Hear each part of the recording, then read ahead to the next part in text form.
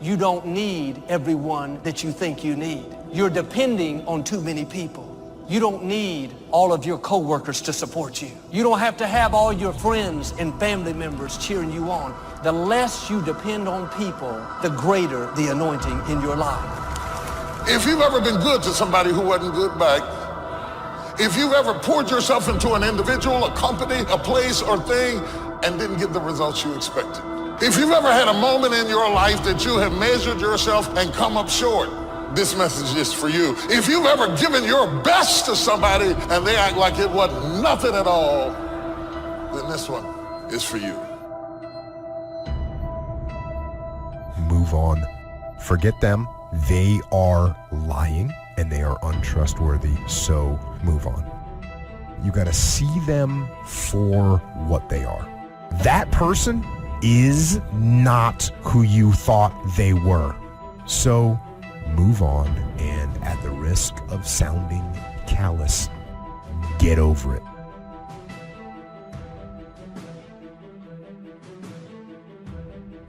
Are you discouraged because people are not giving you what they used to? It's because God's growing you up. Quit trying to get from people what only God can give. Go to Him for your value, your self-worth, for your encouragement. If you'll start passing these tests, not relying on people, you'll not only live more confident, more secure, but I believe and declare you're going to overcome obstacles that looked insurmountable, accomplish dreams that seemed impossible, and reach the fullness of your destiny. You cannot hang out with a bunch of defeated, going nowhere, no vision men and be an overcomer. You are who you hang around. I want you to listen at them and think about you, because it is possible to develop a mentality to fit your environment that simply makes the best of a bad situation. I'm not happy. I'm not getting the most out of my life, so I'm going to bring my expectation down to my reality and enjoy the fact that at least they didn't carry me off to the morgue today. I'm still here.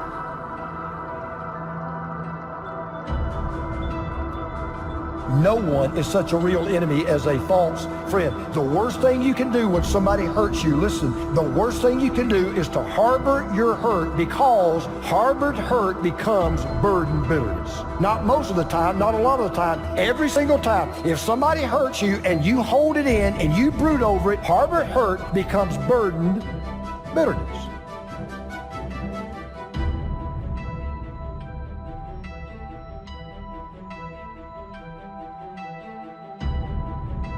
When someone breaks our trust, we question ourselves too. Like, we think my judgment's bad because I totally put my faith in this person and look what they did to me. So you got to build that trust up back again with yourself. How do you do that? Read, learn, work out, be alone. It's okay to be alone. It's okay.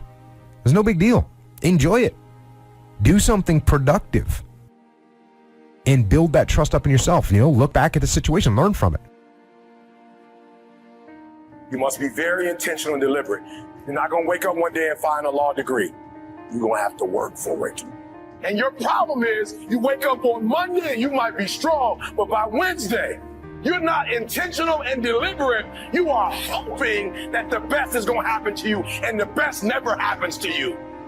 If you look in the mirror tomorrow and say that, you will change. Because nobody likes thinking of themselves as a failure. I don't want you to keep doing dumb stuff and say, my life is miserable. No, your life is not miserable. Your ability to make adjustments, to make corrections is messed up. And you're too slow. You're too casual. You think too much. You need to get in a hurry. The separator is going to be who takes massive action quickly.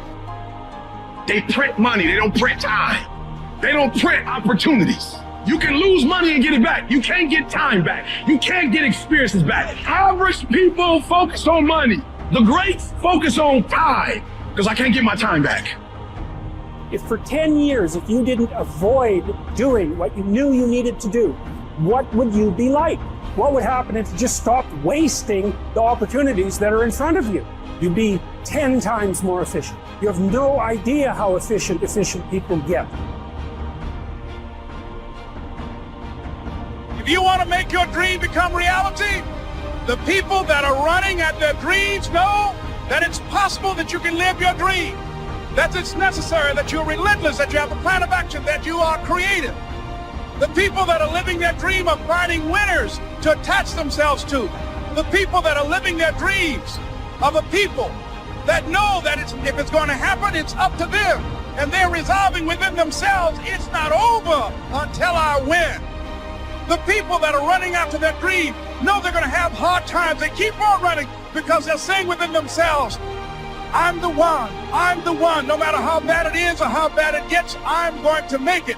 The people that are running after their dreams are the people that are hungry. The key is time is precious. Life is not just the passing of time. Life is a collection of experiences, their frequency and their intensity. Life is not just watching the clock tick away. Life is a collection of experiences, their intensity, their frequency. When should you start the day? As soon as you have it finished. Plan the day the best you can, leaving plenty of room for improvising and surprises and all the stuff that happens during the course of the day. But if you've planned a good, productive day, now you start that day, you can't believe how much more valuable your time will be. Don't start the day until you have it finished. Now here's the next one. Don't start the week until you've had it finished. Now to lay out a week is a pretty good challenge. And then here's the big one. This is really challenging. Don't start the year until you have it finished. To the best of your ability. It can't be finished like minute by minute. But in terms of the sweep of what you want to accomplish, make sure that that's set and ready to go by the time January 1st rolls around. And it might get all upset. It might get torn up and you do a new one. You make so much progress the first 90 days that now you've multiplied it all by 2, by 3. Because that happened to me. I thought, wow, this is going to be a great year. By the time I'd finished the 3rd month, I'm rolling, I'm soaring. So many things are happening, I revised my whole year's plan. Next key to time management. And that's work longer and harder. But see, there's a limit to that. I almost lost my health the first year. I went so crazy about personal development and achievement. I just went bonkers. You know, I told you I was skinny. By the end of that first year, I was a walking shadow. And then it suddenly occurred to me, what if I got rich and too ill to spend it? I mean, that was a shocker. So I started, developing a little more reasonable. Because I said, if 12 hours won't do it, I'll work 14. If that won't do it, I'll work 18. I mean, how many hours it takes. And sure enough, it cost me too much. So see, working longer and harder for some might be appropriate. Here's the key, not to work harder, but smarter. We give up so quickly. The first time we get turned away, we go home. The first person that doesn't like us, the first person that doesn't help us, the first time it gets a little hard, many of us are so quick to see disappointment as a dead end. If you can't get in, go up. If you can't get through on this level, go up to a higher level. Sometimes the reason God allows you to be restricted is because you're at the wrong level. And sometimes he'll put a disappointment in your life, so you have to climb over it. Restoration will come. Healing will come if you won't give up.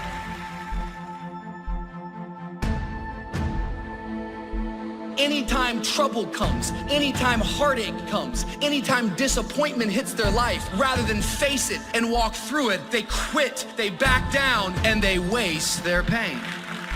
Pain has a purpose. Don't let your pain define you. Let your pain refine you.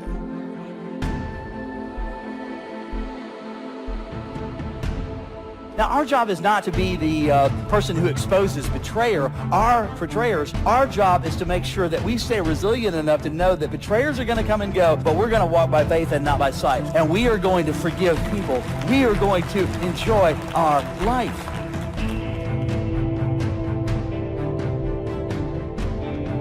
People, they go through something that was supposed to be a season, but instead of it being a season, it dictates their entire life. You met people that instead of getting better, they just got bitter because of the pain. before you know it, their entire identity is wrapped around their issue. It's wrapped around this moment of heartache, this moment of disappointment. You've met people that have been betrayed by a friend, and instead of forgiving, instead of rising back up, instead of being the friend that they're looking for, they isolate and they back down. You meet people that their dreams never came to pass, and because the dreams never came to pass, they just now become a critic of anybody else who goes for their dreams.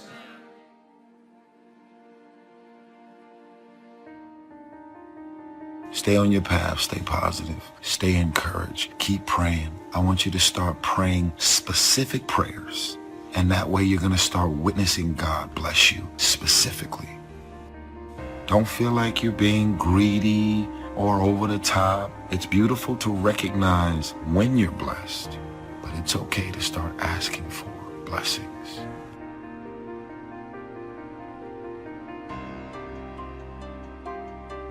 And so right now, in this era where we are, the people that are going to come out on top, the people that are going to get control of their destiny, the people that are going to maximize this place in history and be fortified in terms of their mental resolve and families and their skills and their ability to create incredible wealth, are people that are using their times more productively.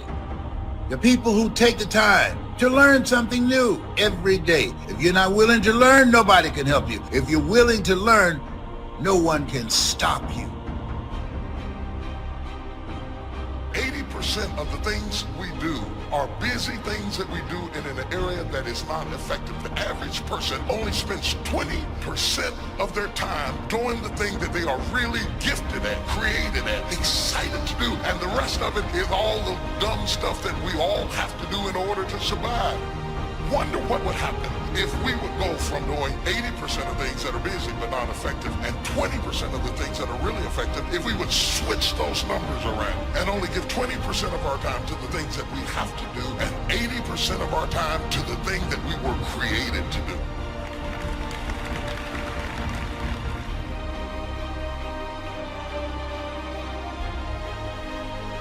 If you'll be faithful, if you'll be disciplined when the amounts are small, we'll make you a ruler, give you a position of authority when the amounts are many. Take care of your disciplines when the amounts are small, and then life will see to it that you get some extraordinary numbers to work with. Do not disregard the smallest of disciplines. Do not neglect the smallest of disciplines, and build on that foundation, and you can have everything you could possibly want. Get going.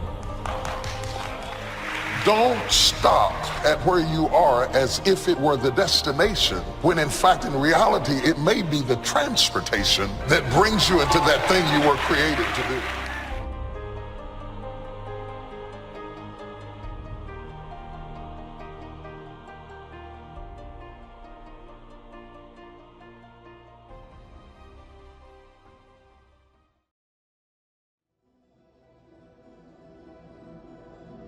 The biggest poison in us is regret. Bad decisions, hasty decisions, too fast, and affects the next 20 years of your life because you made the wrong decision. What makes us make these fast decisions? Fear? Let the fear of regret fuel you to take action today, now. It doesn't matter to me any longer how long I live. What matters to me most is how I live. Every day, ask yourself that question, how you living? That if you're going to do something, you do it the right way. That it's never wrong to do the right thing. That how you do anything is how you do everything. Most of us who are human have to deal with regret from time to time. I'm sure you can agree. Maybe regret because of a poor decision we made. You know, things that I wish I had done differently in my life or in my ministry. Of course, who wouldn't want to take another go at something and improve on the first try by doing it again? But the fact is, you don't get that chance. Don't let regret beat you down. Don't be a slave to regret. No, let it teach you. Let it make you better. The only one that can stop you is you. If you let your mistakes define you, if you wear labels that people stick on you, that will keep you from your destiny. And when someone keeps bringing up your past mistakes, trying to get you to live condemned, you can't stop them from putting labels on you, but you can take them right off. My past is over. My mistakes are behind me. My failures are in my yesterday. And you know what? I'm not bringing them into today. Leave the past and move forward. You're going to have to put that where it belongs. You know, we all have a past, but we don't need to live there anymore. If you ask people what they regret, especially as they get older, what they generally report is things not done. So they don't regret so much mistakes they've made, although of course people obviously regret mistakes they've made as well. So they don't exactly regret sins of commission, right? Errors that they've actively made. They torment themselves for opportunities that had presented themselves that they did not, let's say, exploit or engage in. The regret we feel for things that we've done, though intent, only lasts a short period of time. But the regret that we feel for things that we missed out on, that can extend throughout a lifetime. Because most of us are scared, and we choose to lead an easy life. We choose to take the safe path. And by doing so, we start to rack up those regrets. But there is a solution. You have to be willing to be bold. Bad decisions, hasty decisions, too fast, and affects the next 20 years of your life because you made the wrong decision. If you'd have just waited, got all your information together, settled yourself, you'd have been better. What makes us make these fast decisions? Fear? It takes discipline to face your fears so you can conquer them. And that's what discipline is. Discipline means taking the hard road, the uphill road, to do what's right. And regret, in and of itself, it's worthless. So, learn and move on. True desire in the heart, whatever it is you want to do, work hard to get it. Don't just aspire to make a living. Aspire to make a difference. That was my mindset. And that's how you get through things. You put yourself, you immerse yourself wherever it is, you become that. You become that and give yourself no way out. The scariest thing in the world to me, even to this day, was that could have been the rest of my life. I thought then I was trying hard. That's the scariest thing in the world. To absorb, let life touch you. Don't let it kill you, but let it touch you. The experiences you have, the good ones, the bad ones, the highs and the lows. Part of the gift you can give to others is the gift of your experience, if you remember. If it's vivid, if it's powerful, if it's fresh, if it's unique, if it's vital, you can really affect other people with the relating your own experiences, just because you weren't too lazy to live the experience and then reflect on it. Live another week and reflect on it. Take a half a day at the end of the month, reflecting over the month. What were the numbers? Some weren't good, some were good. The books you read, the books you heard about, relating your experiences at the end of the month. At the end of the year, take a weekend. Take some time, reflecting. Goals are major to a genuinely success-oriented person. Without them, you're just playing around. The difference between a goal-directed individual and someone without goals is like the difference between a Wimbledon champion and a kid batting a tennis ball around on a court with no net. No opponent to bring out the best in him, and no way of keeping score. Despite everything that's been written about the importance of goal setting, very few people actually put it into practice. It's always amazed me the way the average guy puts more thought and effort into planning his 2-week vacation than he devotes to planning his life. What's he taking a vacation from? He hasn't really decided what he's trying to do in life, but for 2 weeks out of the year, he just decides he wants to do something else. And this is what he plans very carefully. Challenge creates strong character, and goals represent challenge in its most positive form. Leaders have their personal goals clearly in focus, as well as the goals of the organization. In fact, one of the principal responsibilities of leadership is defining goals for the vast majority of people who aren't able to do it for themselves. Be the best. Lifelong personal development and the commitment to personal excellence requires tremendous dedication, discipline, and willpower. It is often the case that we know what we need to do, but we lack the courage to take the risks that accompany trying anything new. Instead, we make excuses for inaction. The great thing about excuses is that no matter what happens, excuses are always there waiting to be used. Anybody can have an excuse for absolutely anything, but the downside of excuses is that nobody really believes them. If you make excuses, they're going to know it, and they're going to think less of you. But if you refuse to rely on excuses, people are going to know that too, and they'll admire you for it. You need large amounts of self-discipline to deal courageously with all the fear-inducing events of your life. Courage is rightly considered the foremost of the virtues, for upon it all others depend. Often, fear is necessary to preserve life, prevent injury, and guard against financial mistakes. As you might imagine, I don't think we should spend a lot of time regretting the choices we've made in the past. To spend time brooding over how things went, that's an illusion. What you're doing is suffering pointlessly in the present under the shadow of certain memories. You're telling yourself a story about something that might have been over and over again. How long do you want to do that for? And sometimes life is going to knock you down. But because you have been knocked down don't mean that you are finished. No, you're knocked down but not knocked out. No. You got some reasons. It might be your own sense of pride and determination in the kind of life that you want to create. So, if everyone is afraid, what is the difference between the brave person and the coward? The brave person disciplines himself to confront, deal with, and act in spite of the fear. In contrast, the coward allows himself to be dominated and controlled by the fear. The difference between the hero and the coward is that the hero sticks in there 5 minutes longer. No one is born with fears. Fears can therefore be unlearned by practicing self-discipline repeatedly with regard to fear until it goes away.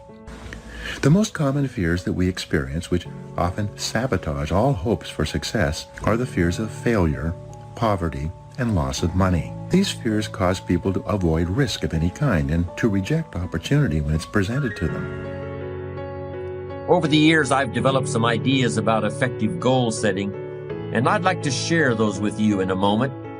When I was a kid, I used to dream what it would be like to buy a ticket on a railroad train and just go someplace. I really didn't think about where I'd be going or how long it would take to get there. I just loved the idea of getting on the train and just letting it take me someplace. I guess there's still something appealing about that idea, but it's not really the way you want to live your life as a mature human being. When you grow up, you buy a ticket on a train or a plane because you want to go someplace, and you know exactly where you're going. You may have to change planes in a different city, your flight may be canceled, and you may have to switch to another flight. You may not feel like talking to the person seated next to you, but you will persist. You know where you're headed, and you're quite determined to get there. That's goal-directed behavior in its simplest form. There are short-term goals and long-term goals. Long-term goals are the equivalent of a major journey. When you reach the point where you've achieved your long-term goals, your life will be fundamentally changed, and the process of getting to that point will transform you into a stronger, wiser, higher-performing person than you are now. How can you identify your long-term goals? On a sheet of paper or in a notebook, write these 5 headings. Number 1, what do I want to do? Number 2, what do I want to be? Number 3, what do I want to see? Number 4, what do I want to have? And number 5, where do I want to go? Now, under each of these categories, write down several possible long-term goals. Be very relaxed about this. Just allow your mind to flow and come up with 3 to 6 ideas for each category. Don't worry about a lot of details at this point, and don't spend too much time describing a particular goal. In category number 1, for example, what do I want to do? Suppose you want to write a book about the history of your family, going back to the arrival of your great-grandparents in the United States. Just quickly jot down family history. Then as you look down the list of categories, it occurs to you that you've always wanted to see the pyramids in Egypt. So you write pyramids. Keep writing down ideas as long as the list of categories continues to inspire you. You'll probably be surprised at some of the things that turn up. You may have kept a great many desires and aspirations hidden in the back of your mind, but the opportunity to write them down will move them to the forefront of your consciousness. That's one of the benefits of this technique. When you're satisfied with your list of long-term goals, read through the list once again. Then, beside each item, write the number of years that you believe it will take you to achieve that particular goal. For example, you may estimate that it will take you 10 years to research and write the book on your family history. But you'll need only 5 years to get yourself into a position where you can take a trip to the pyramids. Create a time frame like this for every one of your long-term goals. Immediate goals, those that will take less than a year to achieve, are important too, of course, and we'll deal with those separately in a moment. When you're finished entering your time frames, there should be a fairly balanced distribution of all your goals. If there are many 1- and 3-year objectives, but only a few in the 10-year category, maybe you need to think more about what you really want your life to add up to. What kind of life you really want to build over the long run. But if there's a preponderance of 10-year goals and relatively few of the shorter-term variety, this may be an indication that you're putting things off, that you're focused too much on where you'll be at the end of the day and not enough on what you can accomplish right now.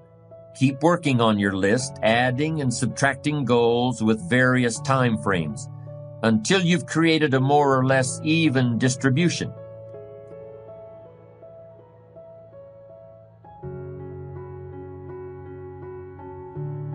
How many times have you had a great idea, didn't do anything about it, and then a year later someone did something about it, made a lot of money, got the promotion, etc.? So when you have the idea, the inspiration to act, it's time. Act. And you don't have to know it perfectly. You know, you can drive from here to California, wherever you might be, assuming you're not in Hawaii, by going west. And what happens is that you don't have to see the whole route. You only need to see 200 yards ahead of you. At night, you can drive just with your headlights, and the headlights keep moving with you. And your goal in life is to get in the game. You don't have to see the whole blueprint. You just have to see the next steps, the next steps, the next steps. And if you keep taking the next steps, eventually you get to where you want to go. Does that make sense? We believe that when you are vibrating at the level of 100% expectancy that you're going to get something, it's already a done deal. You know, piece of cake, no big deal. We're going to win this thing. We're going to get that contract. You know, I'm going to make this thing happen. And what happens is the universe literally responds. Sometimes when you're doing this, you're putting on the vision of this should happen by this date. It's okay to set goals like that, but sometimes it takes a week longer, a year longer, whatever. But law of attraction says if you'll just hold the expectancy, like attracts like. If you say, I want to be a millionaire, but I don't know anyone that would ever teach me how to do that, or I want to buy a car, but I don't have any money, then what you're doing is saying, it's like calling up Domino's Pizza and saying, send me a pizza, and calling them up a minute later and saying, never mind. It's like, you know, you've got to create the space mentally to hold this vision that you've got. And that requires expectation and then knowing that the perfect thing is on its way. You should always make decisions with your heart and soul. You can use your brain for math. You can use your brain to look at the fine print in a contract. But when it comes to the actual feel of the decision, you always want to go inward and check it against your heart and soul. Here's the simple test. Does the decision that you're about to make expand you, expand your future, or expand the possibilities of your life? If the answer is yes, then the decision is yes, no matter how terrifying it is. Here are some action exercises that you can do. Make a decision today to invest in yourself and getting better, as if your future depends on it, because it does. Identify the most important skills you have that determine the quality and quantity of results you get at your work, and make a plan to get better in each one. Set excellent performance in your work as a goal, and then determine exactly what you will need to do every day to join the top 20% or better in your field. Look ahead 3 to 5 years and determine the new knowledge and skills you will need in order to lead your field in the future. Then start acquiring them today. If you could wave a magic wand and become absolutely excellent, which one skill would have the greatest impact on your earning ability? Whatever your answer, set that skill as a goal, make a plan, and work on it every day. Commit yourself today to lifelong learning and never let a day go by without getting better in some area. Now comes the really challenging and interesting part. So far, you've just been adding things to the list, but now it's time to start making some selections. Now you're going to start asking yourself, what's really important compared to what might just be sort of fun? Choose 4 goals from each of the 4 time frames, 1 year, 3 year, 5 year, and 10 year. Now you have 16 separate goals. So far, you've only referred to them in shorthand fashion, but now you're going to start seeing them very, very clearly in your mind's eye. You're going to see each goal just as if it were being realized this very minute. And you're going to write down a detailed description of exactly what you see. Do you intend to open a handmade furniture store in 3 years? What will the store look like from the street out front? Will there be gold leaf lettering on the windows? Or will there be a sign hanging over the door instead? How many square feet will the store contain? Will there be a showroom area for the furniture in front and a workspace in back? Or will the furniture be built at a different location? Do you intend to have any employees, or will you run the business entirely by yourself? Think of all the questions that need to be answered in order to see your goal with absolute clarity. Review what you've written at times, and keep track of your progress toward these objectives. Above all, persevere. Goal setting is a very important first step, but goal achievement is a continuous, lifelong process. That's what makes it so challenging. That's also why it's so extremely rewarding to finally attain your long-term goals. With regard to immediate goals, those that require anywhere from a day to a year to achieve, I recommend creating lots of objectives that can be accomplished in a month or less. Write them down. Read what you've written at frequent intervals. Keep track of your progress. And do something often that brings you closer to realizing these very short-term objectives. That way, you'll always have something to celebrate. These goals are not only important in their own right, they're also confidence builders and motivators toward a lifestyle based on perseverance and achievement.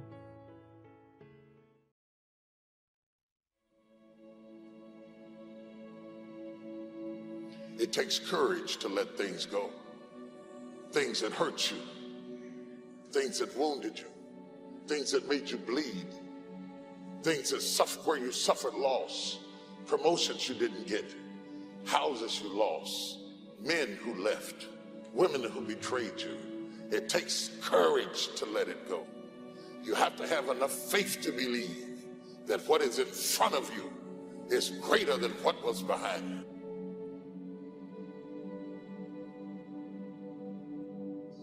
If you don't learn how to forgive, you cannot live, you cannot thrive, you cannot move forward, and you will always suffer. You will always suffer.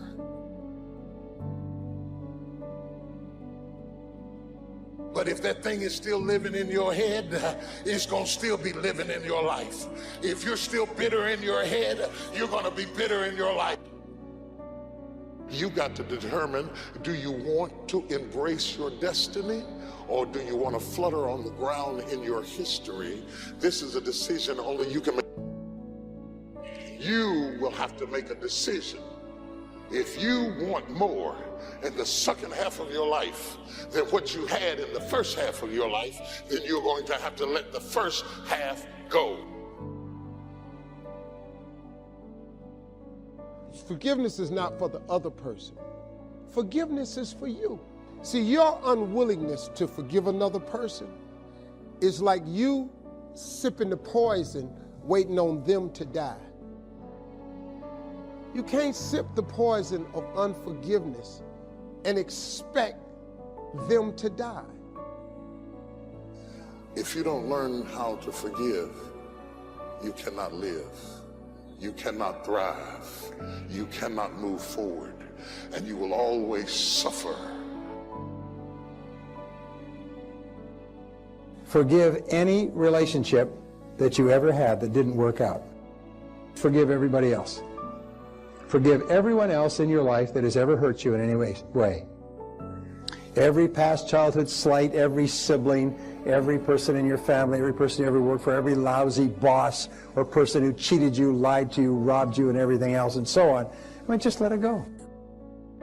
I think for myself, and I know many of you, you think forgiving means accepting what has happened to you. Well, it is accepting that it has happened to you. Not accepting that it was okay for it to happen. It is accepting that it has happened, and now what do I do about it? Forgiving is giving up the hope, not holding on, hoping, wishing that it could have been any other way than it actually was. Giving up the hope that the past could be any different. And when I got that, I think it took me to the next level of being a better person, because I don't hold grudges for anything or any situation, and neither should you.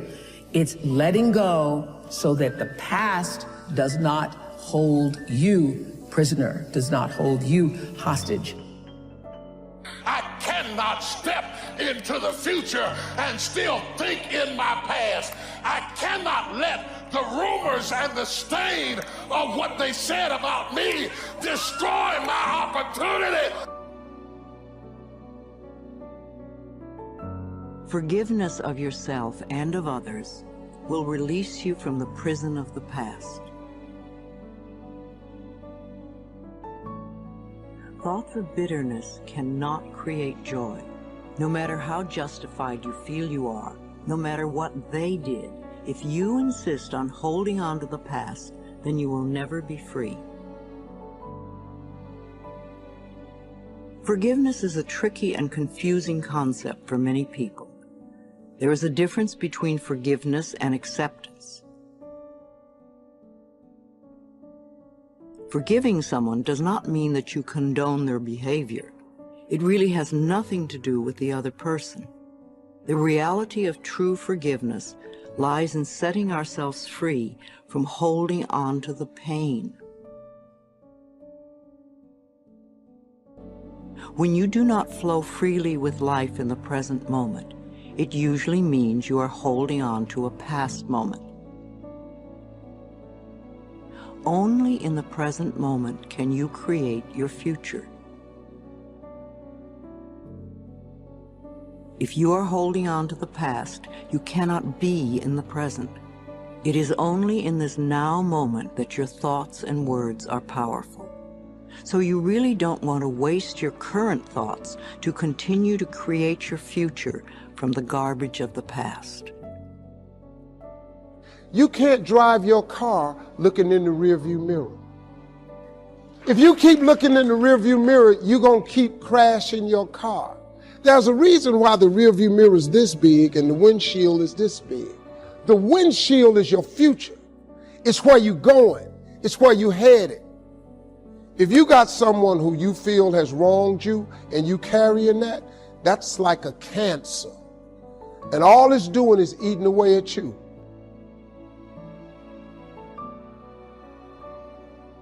Unforgiveness does not hurt your enemy, it hurts you.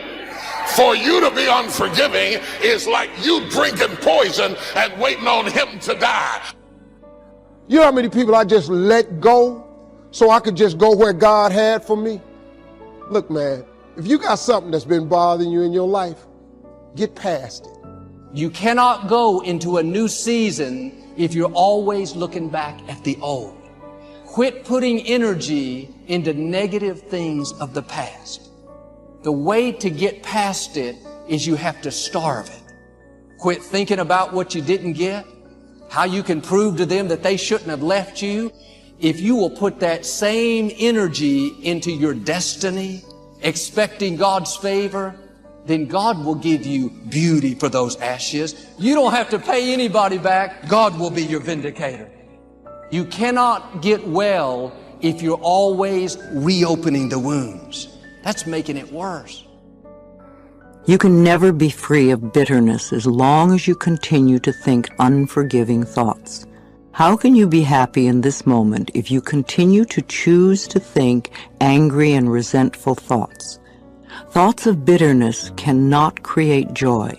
No matter how justified you feel you are, no matter what they did, if you insist on holding on to the past, then you will never be free. Forgiveness of yourself and of others will release you from the prison of the past. So don't keep beating yourself up, all right?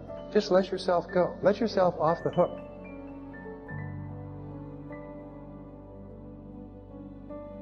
And when you let it all go, it's almost like a huge burden off your back. You just forgive everybody and you forgive everything, and on a go-forward basis, you just forgive everybody. You don't have any negativities at all. No negativity toward anybody. You're just a positive person.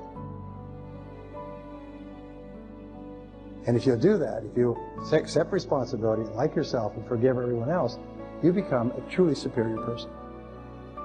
So, this is what I want to ask you to ask yourself. Do you want to be right, or do you want peace? Woo! This was huge for me. The unfortunate fact is that having both may not be possible. And also, you may never get your moment of righteousness, so why wait for it? Choose peace. What I know for sure is that in this world, time is a moving on, and it's our most valuable commodity. You can never get it back. So staying in that loop, playing it over and over in your head of hurt, only amplifies your pain. Let it go. Exhale, make room in your heart for something that is uplifting. Surround yourself with people who want the best for you. You have the ability to shift the DNA of your spirit and control how you perceive life. So why not lighten your load and let it go?